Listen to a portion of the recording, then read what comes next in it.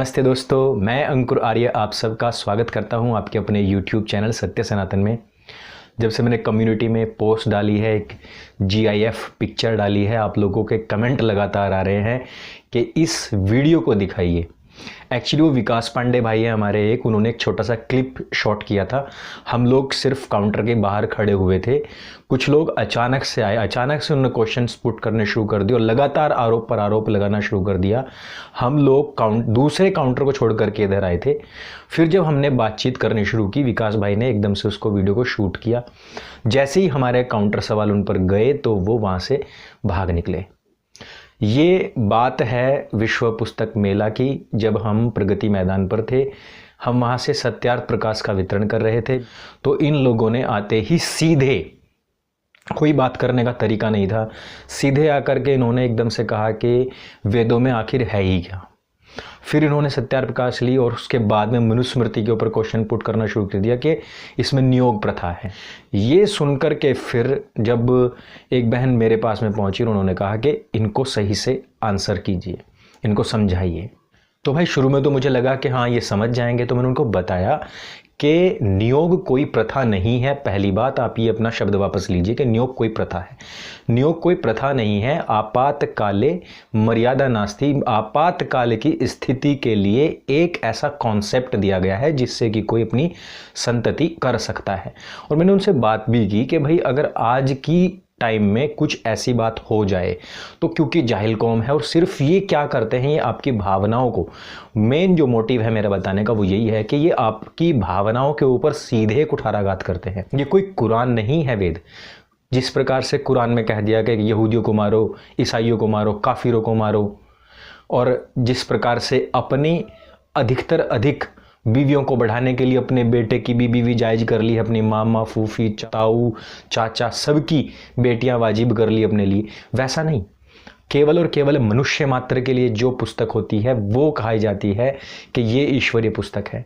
तो मनुष्य मात्र के सामने कोई भी समस्या कहीं भी आ सकती है। ये केवल और केवल कॉन्सेप्ट वैदिक धर्म में है, जहाँ पर आपको पूर्ण ब्रह्मचर्य के साथ में 25 साल गुजारने के लिए कहा गया है। पूर्ण ब्रह्मचर्य के बाद में आप में ऐसी कोई कमी नहीं रहती है जिसके कारण से संतति ना हो, और अगर फिर भी ना हो तो वो आयुर्वेद भी केवल और केवल वेद में ही दिया गया है, जिसमें प्रत्येक बीमारी का इलाज है। सबसे बड़ी बात यह है कि वो जो स्पर्म है, डोनेशन ले लिया गया है, वो किसका स्पर्म है। सबसे बड़ी जो बात है वो ये है, यहाँ पर केवल ये कहा गया है कि वो जो स्पर्म है वो अपने परिवार का हो, महापुरुष का हो, किसी अच्छे तेजस्वी का हो, बस इतनी बात कही गई है। और जो महापुरुष होंगे, तेजस्वी होंगे, वर्चस्वी होंगे या अपने परिवार का होगा, वो उसको बेचेगा नहीं। अर्थात ये जो संतति का जो बीज है, इसकी खरीद फरोख्त नहीं होनी चाहिए। लेकिन आज की तारीख में क्या हो रहा है, खरीद फरोख्त हो रही है कि नहीं हो रही है। इसलिए केवल और केवल ये विपत्ति काल के लिए, और विपत्ति काल के लिए सभी जगह कुछ ना कुछ नियम बताए गए हैं। लेकिन इससे पहले कि आप इस पूरी कन्वर्सेशन को सुने, उससे पहले आप देखिए कि इस्लाम में किस प्रकार से संतति कराई जाती है यदि उसका पुरुष संतति के लायक नहीं है, या फिर हलाला, या फिर मुत्ताह निकाह जिसको कहते हैं।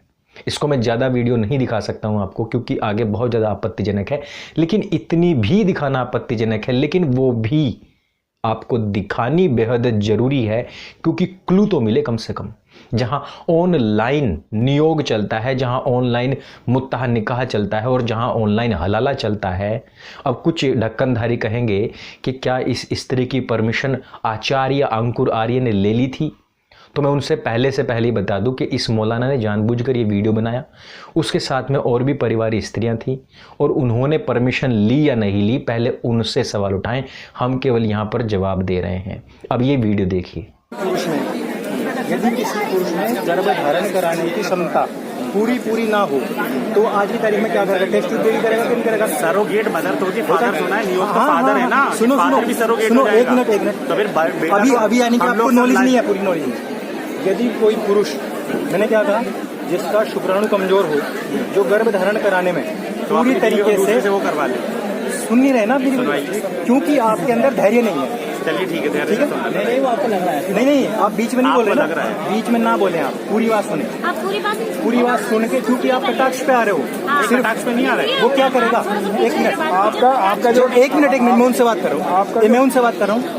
यदि कोई पुरुष अपनी स्त्री को संतान प्राप्ति में सहयोग ना कर पाए, शुक्राणु उसका कमजोर हो, ऐसे में क्या किया जाएगा वो बताओ आज की तारीख में।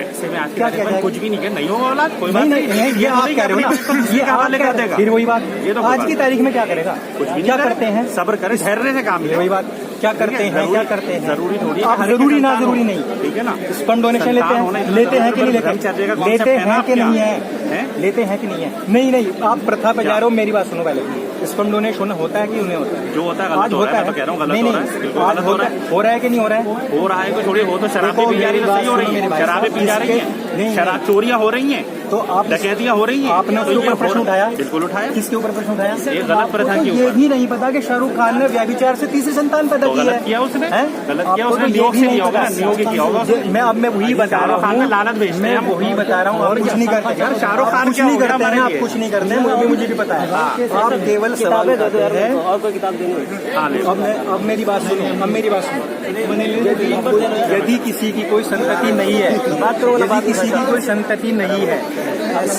ऐसी अवस्था में केवल और सुनो मेरी बात, उसमें कोई जरूरी कम टाइम में बहुत सारे ज्ञान का आदान प्रदान जो है ना, नहीं, उसमें वो कोई जरूरी नहीं गलत लिखा ही हुआ रहता है, है, अच्छा नहीं उसमें कोई होता। जरूरी नहीं लिखा हुआ है, इसमें आपने जो कहा ना प्रथा बताया गया है, ये प्रथा नहीं है। दोस्तों, इस वीडियो में जैसे कि इस बंदे ने सीधे कहा कि क्या पिता भी सरोगेट होता है, पिता सरोगेट होता है स्पर्म के जरिए, लेकिन इनके यहाँ पर सोच क्या है कि केवल स्त्री तो हम बाहर से ले सकते हैं, क्योंकि स्त्री तो यूज की वस्तु है, वो खेती है, उसमें जिस प्रकार से चाहो हल चलाओ, जैसे कि इनके धार्मिक पुस्तकें कहती भी हैं। लेकिन यदि कोई पुरुष में कमी है तो उसको छिपा के रखो, उस स्त्री को नहीं चाहिए कि वो संतति करे, किसी भी प्रकार से ना करे। क्या कहा, संतोष करे, धैर्य रखे, बस आराम से बैठ जाए, बस। यानी कि उसको अपने मातृत्व का या अपने कुल वंश को आगे बढ़ाने का कोई सहारा ना मिले। खैर, ये तो ही वो बातें जो केवल और केवल विपत्ति काल के लिए हैं, अन्यथा यह कोई प्रथा नहीं है जिस प्रकार से प्रचारित किया जाता है। इसलिए मुझे इस पर वीडियो बनाना अत्यंत आवश्यक था, क्योंकि प्रथा के नाम से देकर के वो जो बदनाम किया जाता है ये ना हो।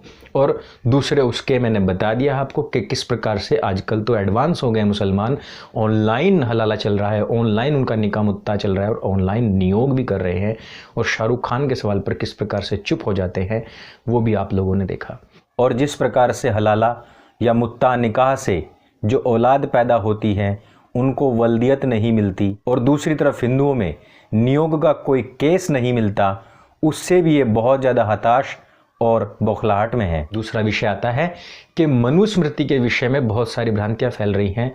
मुझे नहीं पता कि अगले बंदे की जो सोच है, विचार है, धारा है, वो क्या है, लेकिन वो लोग जब हमारे पास में पहुंचे तो मनुस्मृति के विषय में हमने उनको बहुत अच्छे तरीके से डिटेल में समझाया। वो वीडियो आप आगे देखिएगा।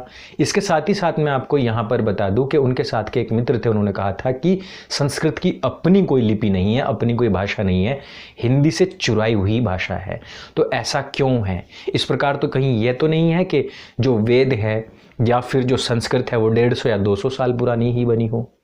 ये सुनकर के मेरा जो दिमाग था वो तो भरना गया भाई। मैंने कहा कि कहाँ गलती है, मतलब कहाँ आपको लगा है कि लिपि में गलती है? तो उन्होंने कहा कि वही असेनार आस्याम, वो जो वहाँ हिंदी में है वही संस्कृत में है।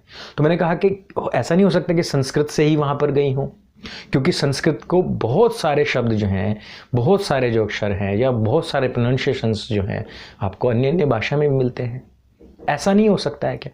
उसने कहा नहीं हो सकता है, लेकिन इस पर आपका क्या जवाब है? मैंने फिर उनको बताया कि अष्टाध्यायी में किस प्रकार से वर्णोच्चारण शिक्षा में अ से अनार, आ से आम वाला सीक्वेंस नहीं बल्कि ऐ उण रि लिक वाला उच्चारण है और वो वाला क्रम वहाँ पर दिया गया है। तो अच्छी तरीके से मैंने पाणिनि महाराज के बारे में और अष्टाध्यायी के विषय में उनको बताया, तब जा कर के उनको उस विषय में भी सुकून मिला। तो ये हमारे ऊपर भी है कि हम चीज़ को किस प्रकार से प्रेजेंट करते हैं, वो उन लोगों के ऊपर भी है कि वो किस प्रकार से उस चीज़ को लेते हैं। तो ये था कल का विषय। धन्यवाद। सत्य सनातन वैदिक धर्म की जय। जय हिंद, वंदे मातरम। का, जबकि नहीं है, क्योंकि आप पढ़ोगे मनुस्मृति तो वो शुद्ध संस्कृत में है। वो ढोल पशु शूद्र नारी सब ताड़न के हाली, ये तो सीधा समझ में आ रहा है कि तो हिंदी यानी कि कोई रीजनल लैंग्वेज में हिंदी है ना, कोई स्लैंग है, तो इसमें भी हमको समझ जाना चाहिए। तो ऐसी बहुत सारी चीज़ें हैं जहाँ हमको पता लगता है कि एक्चुअलिटी क्या है। तो हम अगर इसको बड़े आराम से, प्यार से, ध्यान से और धैर्य से पढ़ेंगे तो हमको सारी चीज़ें पता लगेगी। और इसमें है ना, आप एक पुस्तक इसके साथ में ये ज़रूर लेके जाएँ, ये बहुत ही अच्छी पुस्तक है जिसका पूरा निचोड़ इस पुस्तक में दिया गया है। और इसमें इसके लेखक ने बताया है कि ये पुस्तक को लिखने की आवश्यकता क्यों थी, क्यों इसको लिखने की आवश्यकता पड़ी और क्या इसका रीज़न था। और ये लोग गए, वो अकेले थे सुरेंद्र जी, और इन्होंने जयपुर हाई कोर्ट में अपना केस अकेले ने जीता। इन्होंने 11 क्वेश्चन अराइज किए थे, 11 में से एक का भी क्वेश्चन का आंसर वो नहीं दे पाए सामने वाले। एक्चुअली क्या था, जयपुर कोर्ट के सामने मनु महाराज की मूर्ति खड़ी हुई है, ये आर्य समाजी थे, वो मूर्ति नहीं पूजते हैं, लेकिन उन्होंने कहा इसकी तो वैसे ही पूजा नहीं होती, एक प्रतीक चिन्ह के रूप में खड़ा हुआ है, लेकिन आप तुड़वाना भी चाहते हो तो क्यों? यदि कोई चिन्ह भी है, मैं कहने लग जाऊँ ताजमहल को तोड़ दो, या आप जाके अक्षरधाम मंदिर को तोड़ दो, हाँ ठीक है, मैं आर्य समाजी में पूजा पाठ नहीं करता हूँ, लेकिन क्यों तोड़ो, उसका तो आंसर करना पड़ेगा। उन्होंने 11 क्वेश्चन उनके सामने पुट किए, एक का भी वो आंसर नहीं कर पाए, एक भी क्वेश्चन का आंसर नहीं कर पाए, वो केस जीते। और जयपुर में वो जू की चू खड़ी है। तो एक्चुअली आई थिंक जो भी आप लोग में से अधिकतर पढ़े लिखे ही हैं, तो इसको इस तरीके से पढ़ें, हमको बिल्कुल किसी भी तरीके का मतलब पक्षपात को छोड़ करके आपको खुद ही मजा आएगा, बहुत अच्छी लगेगी। मुझे ऐसा लगता है कि अगर मनु महाराज प्रारंभ में आए थे, उनसे ही एटिकेट्स एंड मैनर्स सब जगह गए हैं, चारों तरफ गए, चतुर्दिक गए हैं।